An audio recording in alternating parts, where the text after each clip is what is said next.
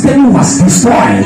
So that when you encounter God, another dimension to the destiny of what God has orchestrated, the God comes to emergence. Now check this. There was a man by the name Nqonga. Now God sent him to leave, but he decided to go to Tarshish. So while on his way to Tarshish, a certain storm arose, and he counted it the end of his destiny. But God had his will inside of the man Jonah. But even when Jonah wanted to go to Tarshish, God by design knew that even when you go to Tarshish, I will find a way to get you to go to Nineveh. So you will be bound in drugs, but God knows that in essence you are a deacon. So you will be bound under alcohol, but God knows that in essence that you should be drunk of the Holy Ghost. You will be bound by sickness, but God knows in essence you're supposed to cast out the demon sickness. So he puts you in the misery that creates your ministry.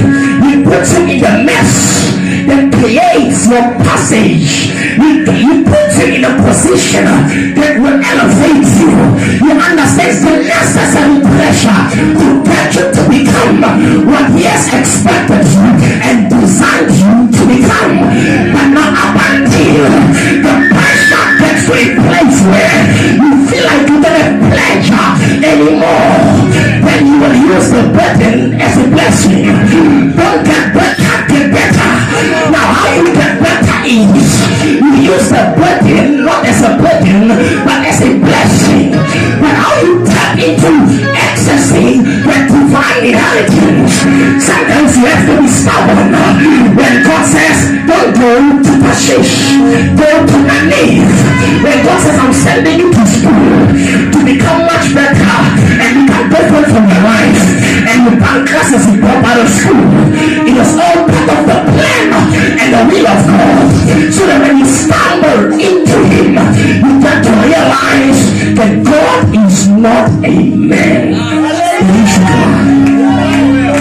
He's not a man that he should lie. Nor is he a son of man that he should change his mind.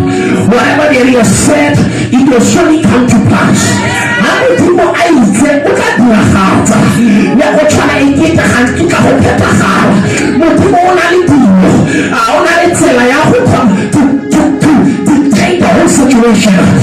I like to say that he is like a puppet master.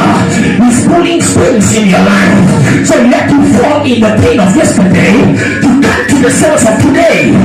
But if you did not fall in the tears of yesterday, you would not be here today. So he is a puppet master.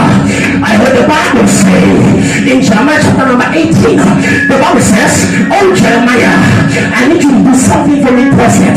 I need you to go to the house of the potter. Look at what the potter does with the clay. Now the potter created an ornament, the pottery. After creating the ornament, said, I do not want this. So the potter broke the pottery and designed what he wanted. God said, are you not the same in my hands? And that particular thing does not happen. Do I not break what your life looks like to redesign what your life should be like? I heard the Bible say somewhere in the book of Ezekiel that he shall conform your mistakes into miracles to bring you back to his purpose. So God has a tendency and a proclivity of using your mistakes as miracles. He uses your failure not to make you feeble, but to make you stronger. So we feed on failure. You become stronger because of pain. You become better because of agony.